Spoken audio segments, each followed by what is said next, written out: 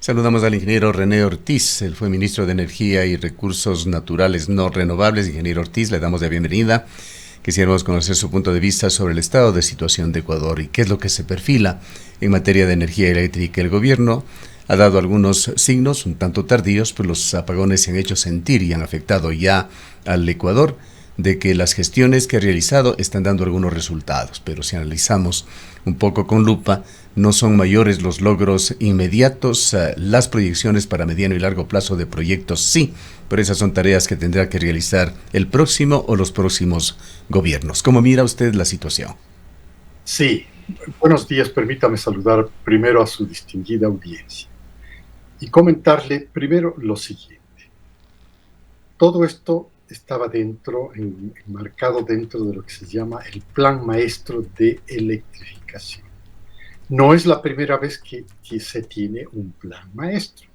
Lo que pasa es que poco a poco este plan maestro se fue quedando rezagado y poco a poco SELEC, fundamentalmente que es encargado de la generación, poco a poco se iba distanciando del plan de maestro de electrificación del Ecuador, hasta que ha quedado prácticamente distanciado, digamos, en el sentido siguiente: las energías renovables. Tenemos una bendición de Dios de tener un país rico, con una agua abundante en ríos, para poder hacer generación eléctrica, hidroeléctrica, que es la generación más limpia que uno puede imaginar. Toma el agua del río, entra a la generación, genera electricidad y le devuelve el agua al río. Más limpio que eso ya no hay. Sin embargo, todos estos proyectos se los consiguieron, inclusive dentro de mi última gestión ministerial, hasta el 2021, que yo estuve hasta mayo del 2021, mayo 24, se la gestionó con participación privada. Y claro, evidentemente ahí entra a funcionar una disposición del órgano burocrático de SELEC, de la generadora de electricidad. Y digo la disposición, porque si no están dispuestos adentro de la burocracia estatal, evidentemente le van a encontrar todo tipo de cortapisas. Y en efecto, le metían todo tipo de cortapisas, y le voy a dar un ejemplo. Entonces, la generación hidroeléctrica se ha ido quedando en la mitad del camino, con una fórmula de concesionamiento, una fórmula de contrato que no necesariamente atrae al inversionista. No necesariamente. ¿Por qué? Porque esto es una invención de la burocracia, alianzas público-privadas.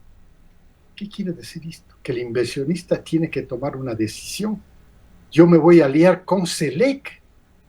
Si yo no quiero aliarme con SELEC, yo podría hacer la inversión, generar la electricidad, como lo hacen en este mismo momento todas las generadoras privadas eléctricas menores a 50 megawatts. Menores a 50 megawatts. Esto se facilitó durante administraciones anteriores, incluido la mía. Entonces, ¿qué quiere decir? Que funcione el sector privado, pero no le pueden obligar al sector privado a ser socio de una empresa que demuestra un estatismo recalcitrante, ¿no? Que ha demostrado que puede ponerle todo tipo de cortapisas, como en efecto le ha puesto. Pero ¿cómo regular estos temas? Pues la electricidad, la energía son recursos estratégicos del país. Señor Mejía, hay que cambiar la modalidad contractual. Es una modalidad de concesión, como existe con todas las eléctricas de menos de 50 megawatts, que son privadas, 100% privadas, y que se llaman de autogeneración, porque evidentemente el privado dice: primero me voy a autogenerar y me voy a consumirlo, y lo que yo genere de estos menos de 50. Ahora, en su concepción, ingeniero Ortiz, ¿esto iría para proyectos de qué tamaño? Del tamaño de Santiago, por ejemplo. Imagínese usted, un tamaño gigante de 1.600 megawatts. Eso es tamaño que atrae la inversión. Lo que usted sugiere, si no le hemos entendido mal, que esto podría asumirse con un 100% de capital privado y de responsabilidad privada, sin la necesidad de los proyectos público-privados. Claro, no necesita de ese tipo tipo de alianza, porque esto lo puede hacer perfectamente el sector privado, porque no tiene el sector estatal, aparte de estas cortapisas que yo le acabo de señalar, no tiene el sector estatal la capacidad financiera. El sector estatal, el gobierno de nuestro país, a duras penas recoge todo lo que recoge, de más o menos 30.000 millones de dólares entre impuestos y otras contribuciones, y los destina, como está definido, los destina al sector social. Fíjese la importancia que le ha dado al país. Consecuentemente, no le queda absolutamente nada. Entonces, ¿qué hace este tipo de alianzas público-privadas? Que a mí no me gustan. Por supuesto, no es la primera vez que yo lo estoy diciendo públicamente, que no me atrae ese tipo de alianza, de relación contractual, porque no le pueden obligar al inversionista a aliarse con una empresa que les es antipático. O sea, para ellos es antipático y a la final lo que tienen es que aliarse con ellos. Entonces, ¿qué es lo que yo estoy sugiriendo? Que, mire, los obstáculos que se han dado, le voy a poner el ejemplo, en las energías no renovables. En mi administración, 2020, yo adjudiqué el Aromo, solar fotovoltaico, energías renovables. Fenomenal, 200 megawatts. Esto es algo gigantesco, está en manos privadas. Yo adjudiqué en manos privadas de una compañía extranjera. Por supuesto, tiene que ser una inversión gigantesca, pero está privado, totalmente privado en energías renovables. Y se demoraron 2 años en firmar el contrato. Entonces, claro, había que encontrar una fórmula que sea aceptable para el inversionista. ¿Por qué? Porque Ecuador, lamentablemente, y las empresas estatales, lamentablemente, tienen mala reputación. ¿Cómo qué? Como pagadores. Es decir, si reciben un servicio hay que pagarlo. Y entonces, ¿qué ocurría con Machala Power? Que es la que recibía el gas natural de una compañía privada que estaba trabajando en el campo Amistad, en el Golfo de Guayaquil. Se bombeaba 63 kilómetros hacia el continente, entraba dentro de una instalación termoeléctrica gigantesca que consumía llegó EDC a consumir 60 millones de pies cúbicos. Ahora está, por supuesto, muy por debajo, porque ha ido declinando el campo Amistad. Ahora, ingeniero Ortiz, para ir evacuando poco a poco y en beneficio de la comprensión del público, el Aromo que usted señalaba, así como y luego viene Villonaco en Loja, sí, son 135 si me permite megas, terminar la pregunta. Y va sumando usted megas y megas y megas en el sector privado. Sí, si me permite terminar la pregunta, por favor, con todo el respeto, ingeniero Ortiz. Le preguntaba el Aromo, Villonaco 3, Cronolopus en Galápagos. Todos estos son proyectos que se encuentran ya firmados, pero no en ejecución. Así es. Finalmente se han logrado firmar. Evidentemente. Y entrarán eventualmente en funcionamiento dentro de algunos años, pues vimos aquí el desarrollo de proyectos eólicos en el sur del país, proyectos muy complejos que ha manejado el Egaustro, que le ha tomado más de 3 años. No, señor Mejía, al contrario, esto es muy fácil de instalar. Son paneles solares que están disponibles en el mercado. No hay que mandar a hacer. Los 3 son proyectos de paneles solares, de energía solar. Ya.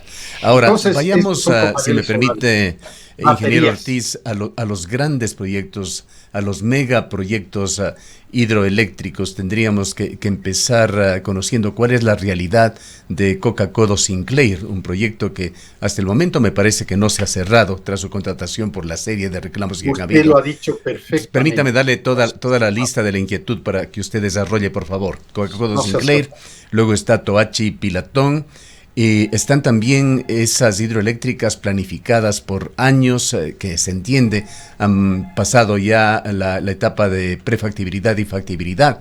La hidroeléctrica Santiago, que usted ya se refirió, una enorme hidroeléctrica de 2.400 megavatios, y Cardenillo. Estos proyectos que he mencionado resolverían y de largo la situación energética del país, pero es importante conocer en qué estado se encuentran cada uno de estos proyectos, algunos ya realizados a medias y mal. En efecto, algunos de los proyectos que se hicieron durante la administración de Correa salieron mal. Algunos de ellos salieron mal en el sentido de que no se siguieron las reglas. Simplemente se impuso una forma de relacionamiento, de construcción a dedo, y evidentemente en el camino fueron apareciendo las fallas. Finalmente, para poner el ejemplo, Coca-Cola. Coca-Cola Sinclair es un proyecto que debía cumplir una serie de normativas. SELEC sí planteó todas esas normativas. ¿Por qué? Porque nosotros estamos viviendo dentro de un mundo con una influencia occidental, y evidentemente las normas que nosotros aplicamos son las normas ASTM de Estados Unidos, que ya son universales, ya no son solamente de Estados Unidos. Estas normas estaban planteadas en el proyecto, sí señor. Les cambiaron a una normativa china, por supuesto con todos esta nomenclatura china que yo no la conozco y que probablemente el 99.9% no la conoce, y por supuesto entraron aquí todos esos materiales que fueron embarcados en Perú, en China, y se instalaron Ahora nos encontramos, después de que ya terminaron la instalación, que se hicieron las pruebas, que está funcionando, viene la revisión, y la revisión se encuentran una enorme cantidad de fisuras, pero se encuentran una enorme cantidad de fisuras y otras cosas, otras deficiencias de obra. Es decir, hay problemas de construcción. Muy bien. Por esa razón no la ha recibido. En la administración del presidente Moreno y en la administración del presidente Lasso, que está por terminar, no ha sido recibida la obra. Es cierto. ¿Y por qué no puede ser recibida? Porque tiene que subsanarse el problema. Entonces, el problema de Coca-Cola Sinclair es que muchas de este equipamiento está enterrado en concreto. Y entonces a no hay cómo componerlos, subsanarlo. A lo que ha sido subsanable, sí lo ha subsanado la constructora. Sí, lo ha subsanado. Pero lo que no es subsanable, ahí hay un riesgo. Está funcionando, le digo, está funcionando. Es decir, Coca-Cola, cuando tiene suficiente caudal, yo he visto que ha llegado a caudales generación de 1.350 megawatts. Yo he visto eso. Yo he visto en los paneles de televisión, de las pantallas de televisión, que son las que controlan a control remoto todo el sistema, yo he visto cómo se llegó a 1.350. Es decir, funcionó, pero no han sido recibidas porque tienen todas estas fallas. Estas fallas fueron también verificadas por la contratación de una firma alemana de gran prestigio que confirmó que en efecto algunas de estas... Además de la amenaza de ese fenómeno de erosión. ¿Perdón? Además de la amenaza de ese fenómeno de erosión. Además, ese es otro. Podemos conversar en algún momento si es que a usted le parece, pero esa es otra cosa. La erosión es regresiva, le puedo decir en una síntesis, se ha detenido. Con todo esto, ¿cómo ve usted el futuro de estos megaproyectos, incluyendo allí Santiago y Cardenillo? Santiago es el proyecto más maravilloso que tiene Ecuador, porque ese proyecto inclusive termina en hidrógeno verde. Fíjese usted. Así la concibió una firma de Australia que estaba interesada. La concibió en mi administración. Lo que pasa es que la administración mía también se terminó con la que terminó el gobierno del presidente Moreno en 2021. Entonces se esperaba que podría continuar. Y entonces simplemente no ha continuado. Ya corresponde a la responsabilidad de la nueva administración. Ahora, ingeniero Ortiz... La administración que está terminando, ¿no? Ingeniero Ortiz, pero es un proyecto extraordinario el Santiago, porque el de esa cuenca del río Santiago es casi perfecta. Primero genera electricidad, esto es maravilloso. Segundo, genera hidrógeno verde, y tercero, con hidrólisis, con una planta. Ahora, ingeniero Ortiz, ¿considera tal vez usted que para que estos proyectos puedan avanzar en beneficio del país y no tengamos que enfrentar la situación que el país está viviendo ahora con enormes pérdidas, además deberían entrar para concretarse y ejecutarse en procesos de concesión, en procesos de privatización? No se llama privatización, discúlpeme usted, con todo respeto y consideración. Son proyectos de concesión. El Estado no pierde absolutamente la propiedad. No se diga la propiedad del recurso. Si el recurso natural está ahí, es propiedad del Estado ecuatoriano. Pero es concesión a privados. A privados, claro, una concesión a privados. No es un tema nada más de semántica el que llamarlo privatización, ¿o no? Sí, correcto, porque la propiedad inclusive del equipamiento. porque le estaba hablando hace unos pocos segundos de la propiedad del bien, del recurso natural. Eso es totalmente... Ahora, ingeniero Ortiz, esta concepción suya de cómo debería desarrollarse el sector eléctrico en el país se encuentra con serios problemas. Usted sabe que muchísimas decisiones, sobre todo en lo que tiene que ver con servicios públicos, se los toma con un pensamiento político más que técnico. Y allí está el costo de energía, los subsidios que se entregan en el país, incluso para la configuración de las distintas tarifas entra este factor político. Por otra parte, está el hecho de cómo da garantías el Estado a este sector privado que con la figura que sea entre a ser parte importante del sector eléctrico. Ya se tuvo ese problema de los fideicomisos con justísima razón. Una de las empresas públicas de distribución de energía aquí, la regional Centro-Sur, se opuso a los fideicomisos. La ciudad más bien se opuso a que se ponga en una sola bolsa esta eficiente empresa que ha nacido y ha crecido aquí y que es parte ya de todo el sistema nacional interconectado, porque se pone en una misma bolsa tanto empresas eficientes como ineficientes. Y por supuesto aquí se lleva a priorizar a los nuevos integrantes del sector eléctrico desde el sector privado, pero en detrimento de empresas como la Centro-Sur. Entonces hay toda esta problemática muy compleja de manejar si es que se va en una línea de privatizar o de concesionar el sector eléctrico. No, al contrario, el fideicomiso es una garantía. Es una garantía. Lo que pasa es que para los inversionistas, no para una empresa como la empresa eléctrica. Para todos es una garantía, porque tiene que funcionar, porque es la forma como se construye el fideicomiso la que no ha estado operando en la SOAI, por ejemplo. Esa es la forma, eso es diferente. Pero lo que yo estoy señalando es que el fideicomiso como la estructura jurídica es perfecto. Ya está el Villonaco y el Aromo, ya están con fideicomiso. El tiempo entonces, lamentablemente se nos agota, ingeniero Ortiz. Quisiéramos con todo puesto sobre la mesa, todo lo que se ha conversado tan rápidamente aquí. ¿Cuál es su visión? ¿Cuál es el futuro a mediano y largo plazo del sector eléctrico en Ecuador? Y de hecho allí está la tarea que le tocará al próximo gobierno. La tarea del próximo gobierno la sabe perfectamente el presidente electo. Y esta tiene que ser con el sector privado. Y el sector privado, por supuesto, está dispuesto y él en su gira a Europa y Estados Unidos ha podido constatar la reacción de algunos inversionistas en el sentido de que desde el punto de vista de recursos naturales en el Ecuador, maravilla, este es un país bendecido. Tiene recursos naturales minerales que se necesitan para la transición energética, porque el vehículo eléctrico no funciona sin minerales, las baterías eléctricas no funcionan sin minerales. Entonces todo esto tiene que entenderse y la gente, y particularmente el anti-extractivismo, los ambientalistas extremistas, alarmistas y todo esto, tienen que entender que todo este proceso en el que se ha encaminado el planeta, que se llama transición energética sustentable e inclusiva, involucra todos estos recursos naturales que tiene Ecuador. Recursos naturales como, por ejemplo, agua, fuentes de ríos para generación hidroeléctrica, y tenemos proyectos en el plan maestro.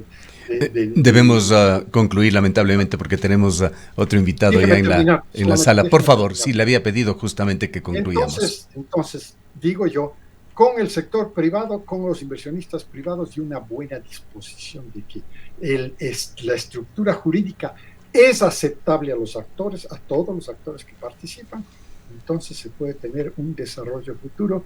Pero si es que nosotros tenemos los frenos internos de las burocracias estatistas, no vamos a poder progresar. Bien.